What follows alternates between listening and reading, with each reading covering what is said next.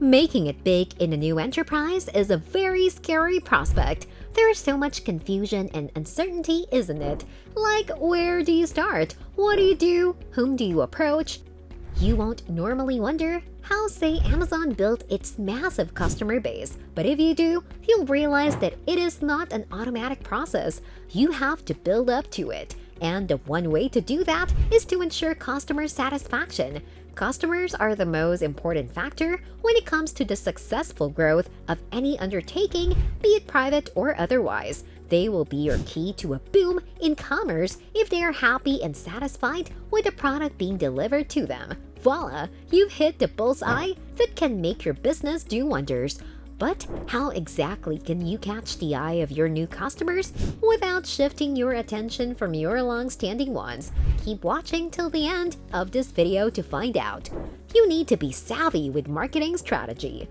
Now, obviously, there is no way to know for sure whether a particular plan will work out for a certain venture because business deals with people.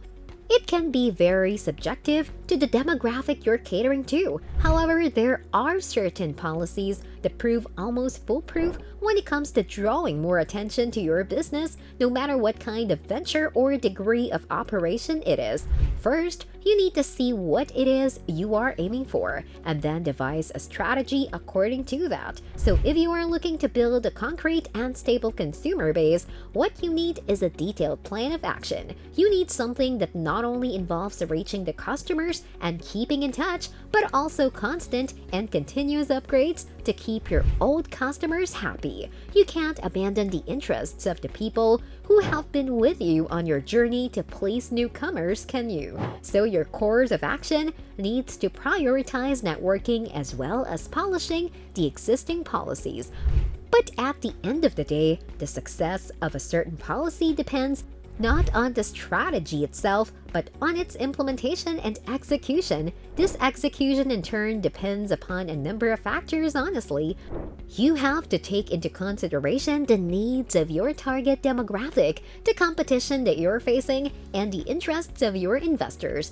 It's definitely a trial and error method. A very valid question that can pop in your mind here would be, why is there a need to adhere to any marketing policy at all? See, in today's fast-paced world, everything's a competition. There are plenty more producers out there who are ready to take over your share of the profit if you're not vigilant enough. Keeping your customers updated about product launches and placements, and at the same time remaining updated about the needs and wants of your customer is of utmost importance for thriving in the present-day market.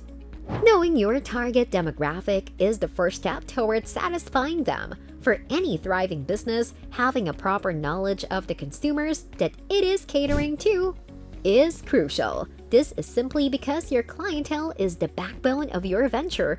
A lot of times you might notice that a venture is thriving without any over-the-top investments or infrastructure, and that will be because it all eventually comes down to how happy your customers are with you.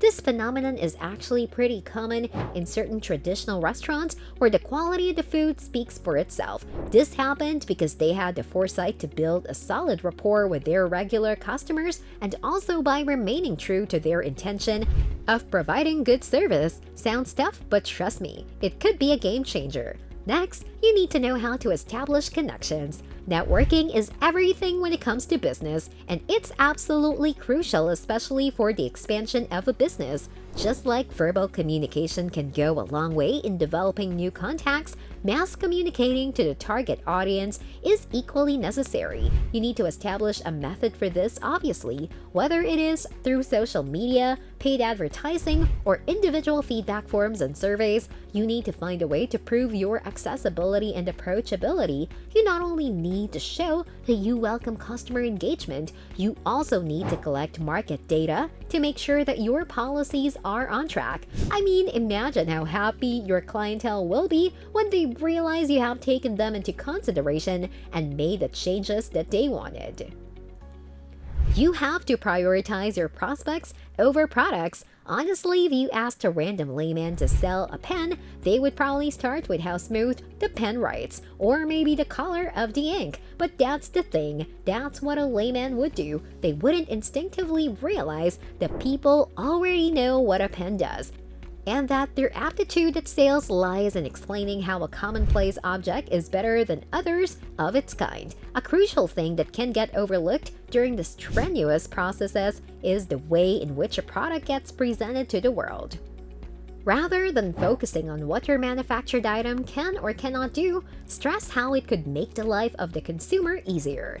Establishing a relationship between what you're selling and who you are selling it to is what will ultimately sell your product. You need to think of yourself as the go-between that links your product with your customer. So for example, suppose you are selling a mosquito repellent. Now there isn't much that is innovative about the product itself. So instead of marketing your product as a good quality insect repellent, you can tell your customers how different your product is from those already available. Throw in a few details about how it can enhance the home environment by keeping it pest-free. This way you can positively intrigue your customer by convincing them that they already have a dynamic with the product you are selling. Make sure you share the details. Okay, before we get into this, let's clarify that nobody is asking you to reveal your trade secrets. At the same time, keeping your partners and your clientele in the loop and letting them know about the developments builds trust. In fact, sharing testimonials of those who have already used the item and have benefited from it can be considered as one of the best modes of advertisement. Interviews and human interactions of these people will not help go a long way in growing your credibility and in turn your profits. I think we can all agree that at the end of the day, we are more liable to believe our friend's opinion about a new straightener than what the model on the TV says, right? Under what conditions would you be likely to recommend a product or a service to your friend? Make sure you let us know in the comments, because that will give you a good idea of what your venture needs to work on to garner a bunch of good recommendations. It's very important to be aware of competition. Honestly, this seems like the most obvious bit of advice in this video. In the times that we are living in, survival of the fittest still holds true, even more so when there is pressure from every sector and technology is advancing so quickly. Almost every kind of update or product is releasing fresh upgrades, and not only is the competition growing, it is advancing as well. The quality and the functionality of your product will be self-explanatory, as long as the customers are happy with what is being offered. And how would you stay on top of your game? Well, market research is the answer. Having information about what your contenders are doing is crucial for the business of your venture. Put the internet to massive use. A huge advantage that we have today is the internet. The internet helps us to reach out to the maximum number of people in the shortest possible time. Advertising a product on billboards and walls is rather backdated, don't you think? The net has instead revolutionized advertising. Most people are well versed with social media. A small post can reach the masses with a single click. Add to that blogs, vlogs, and emails, and you'll realize the gravity of the internet in the field of marketing and advertising. Today, we are more likely to notice a promotional reel on Instagram than a billboard, so being well-versed in the ways of the internet is the way to go about it, and actually makes things way easier, so go ahead and work that to your advantage. Develop additional services to accessorize your initial venture. Launching a new product automatically means that your job isn't really over till a majority of the population gets the hang of it. This world evolves fast today, but there's always going to be a large chunk of the demographic who will need a lot of help to adjust with the new trends of service. This is where additional features become a big help. When you offer something more than the basic buying and selling of a particular product, the quality of your service increases as well. Offering customer service and disseminating additional information can help you score brownie points, and you never know where or when they might come in handy. So as you can see, planning your marketing strategies carefully and implementing them effectively can be a total game changer. From real estate to the fashion industry, you can keep some basic principles in your head. Finally, keep your trade honest, your partners involved, and your customers happy, and who knows, you just might wake up to $1 billion in your account and a huge happy clientele one fine morning. That was all for today.